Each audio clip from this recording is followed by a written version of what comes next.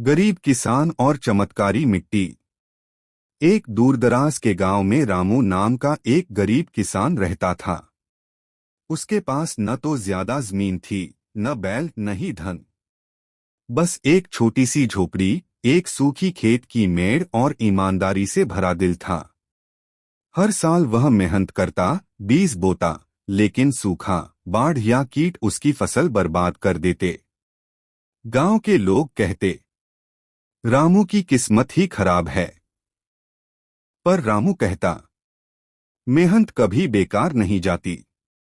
रहस्यमयी रात। एक रात जब रामू खाली पेट सो रहा था, उसने सपने में एक बूढ़े साधु को देखा।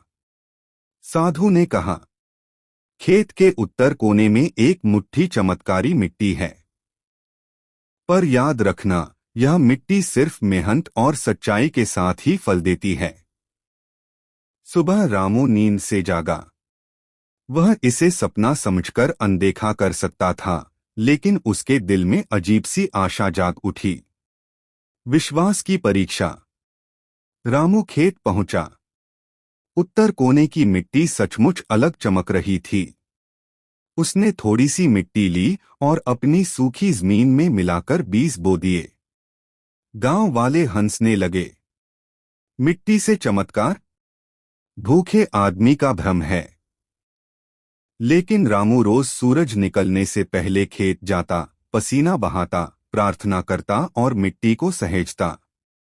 चमत्कार नहीं, मेहनत। कुछ ही दिनों में खेत में हरी कोपलें उग आईं।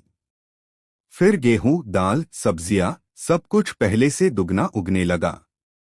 लोग बोले, यह मिट्टी सच में जादुई है।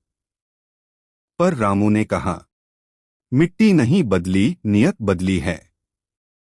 सच्ची अमीरी। रामू अमीर बना, लेकिन घमंडी नहीं। उसने अनाज गरीबों में बांटा, गांव में कुआं बनवाया और बच्चों के लिए पाठशाला खुलवाई। एक दिन वही साधु फिर आया और बोला, मिट्टी में कोई जादू नहीं था रामू।